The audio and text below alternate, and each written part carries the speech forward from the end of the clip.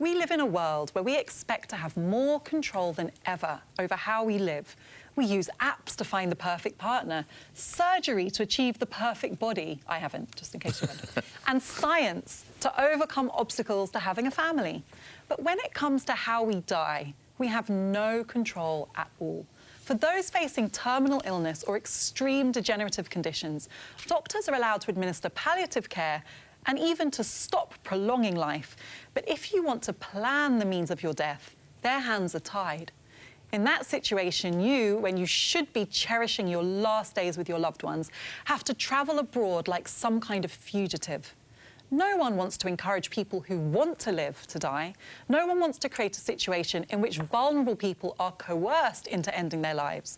But it's not beyond our ability as a society to create a carefully safeguarded system where those who want to die in the manner of their choosing, who are competent to decide and free of coercion, can do so. It's a compassionate and rational measure to take, and we should rise to the challenge.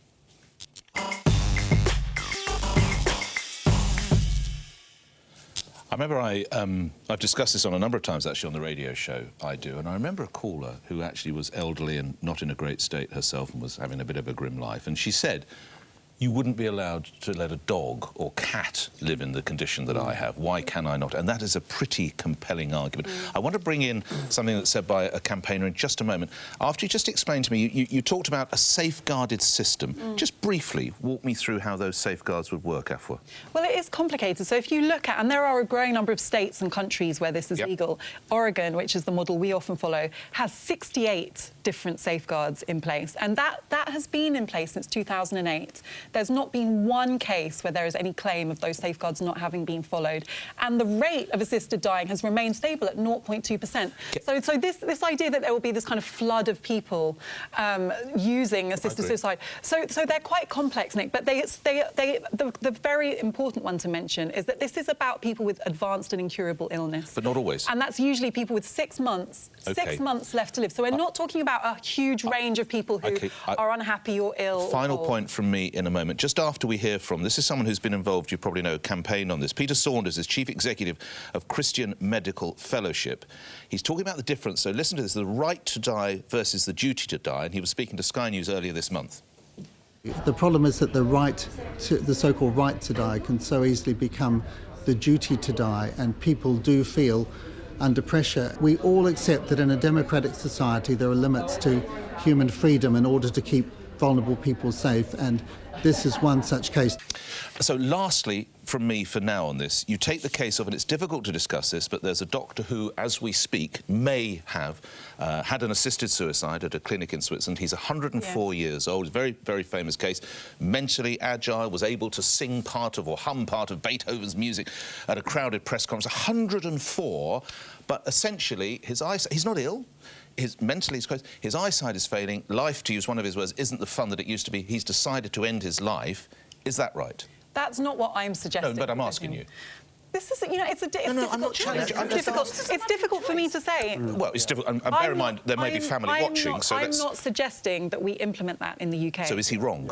I'm not suggesting we should do that, so I don't think that it's a great idea. Can I just, no, but I mean, it's not for me to say whether it's right for him. Let's hear from his own words, I think. You're right, I wasn't attacking him. My recent life has not been enjoyable, particularly, well, after a period when I was in hospital and felt as if I was in prison. Once one passes the age of 50 or 60, one should be free to decide for oneself whether one wants to go on living or not. Right, so I have a lot of sympathy for what I just heard there, but I do believe that the right to die versus duty to die distinction needs to be made very clear, and we have to be wary about this, because imagine somebody who is in care and is then made to feel guilty that they are a burden on the NHS, that they are costing too much, and are then pressured to volunteer themselves for euthanasia. So some of the restrictions in place, I think, should involve, for example, some tests to make sure the person isn't suffering from any mental health illnesses. And I think Switzerland is too lax in that regard. But also I think the pressure, we need to somehow, a mechanism needs to exist to make sure that they're not being pressured or being told that they're a burden on the system. It have been suggested that it would be 2 doctors and a judge would examine the person and see that they're mentally capable, all the rest of it. You know, I think this country's shame is the terminally ill people who are in pain and whose dignity has long gone and hope has long gone, are made to carry on and live agonising lives because of some outdated law and because of what I call the all life is sacred brigade. I mean, this happened with my mum. My mum had 2 different kind of cancers when she died and emphysema. And I remember the guy in the hospice, who was a very nice guy, saying to me, "But Carol, all life is sacred." And my mother was one of the toughest women alive. And then, in those last few months, she tentatively asked me if I would help her. Yeah, and I wish to God I'd had the courage to do that, because the next few months for her were just unbearable. This was a woman whose the whole thing of her life had been dignity. My mother was a very proud woman, a proud working class woman, huge dignity, and she had no dignity at the end. And for pink healthy people to say all life is sacred, to me, is just totally and utterly wrong. And you know, if you poll the public, the vast majority of people would be in favour of some sort of euthanasia. Yes. However, why is it that it has not been legalised over here? In Parliament recently it came up. Fear of abuse. And it was voted down quite overwhelmingly, although it was a very, very, very well-debated issue. Yeah. Well, the BMA also opposes it. BMA, all the doctors' organisations oppose it. And here's the question. The religious, of course, there are many, many religious reasons why people would not do it and would oppose it.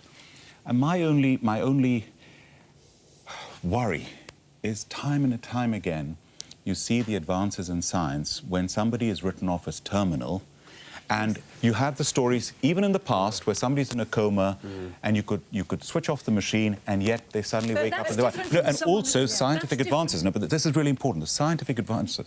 I have my uncle, my great-aunt, my mother's cousin, all died from multiple sclerosis. Horrible, horrible degeneration over years. Now there are advances coming up where you're getting cases where it's being reversed. But Karen, it's being arrested, really so they've got hope. So they're also terminal disease that are being... We are talking about people who are regarded as at the very end of their life, not people with a degenerative disease that in 10 or 15 Stephen years could be Hawking, by the way, Stephen Hawking was given 6 months to live in his 20s. He's lived for 50 years. The whole of the world has benefited from this great science. He didn't want to die. There's always this belief the studies that he's done. I mean, just look at what people have lost out on. There's always this belief that terminally ill people are somehow befuddled and they don't know their own mind. I think terminally ill people have a greater clarity than any of us on how and what they want to end their lives. And I think it's criminal that someone with something like motor neuron disease should be... People who will end up quadriplegics and catatonic are kept alive to live through that. That is inhuman. So Noel Conway is an example. He's at the Court of Appeal. He's making his case. He has motor neuron disease. He can only move his right hand. And is on a ventilator for 23 hours a day. I don't think that's the same example. That's not, you know, that's so even with what we heard with this 104-year-old gentleman who wanted to move on, wanted the opportunity to end his life, I even don't think that's the same as what's happening to Noel Conway. And with Noel Conway, I don't think it matters too much if science develops in another 2, 3, 5, 20 years, because he's in... I mean, he's suffering indignity right now. Can I just let you hear from the Humanists UK? This is Andrew Copson. We're all going to die, right? That's a universal experience. But our individual circumstances when we approach that time are all going to be very different. What could be more personal? Over what area of our existences could we need more choice than this? And at the moment, a very large number of people are denied that choice. You know, I think when you look at other countries that have done this, that have successfully created safeguards, Victoria, the state of Victoria in Australia, the second most populous state, is the most recent example. There is no evidence that it will create the risk of people being exploited or given a duty to die. And I think that this is cultural. And there are 2 cultural things for me. One is the taboo around death. You know, we are all uncomfortable with talking about death. We don't plan our death in the same way as we plan our life. And the second is this cultural... There's a cultural... There's still a cultural attitude towards dying, we still have an attitude of criminalisation towards suicide. We still often use the language of committing. We still often use the language of committing suicide, which is a throwback. I don't think society has that. In 2015, a poll said that 82% of people agreed. But, you know, changing the law would allow open and honest discussions with the people who are dying, with doctors and with family, and that would make it less lonely for them. Yes, I agree.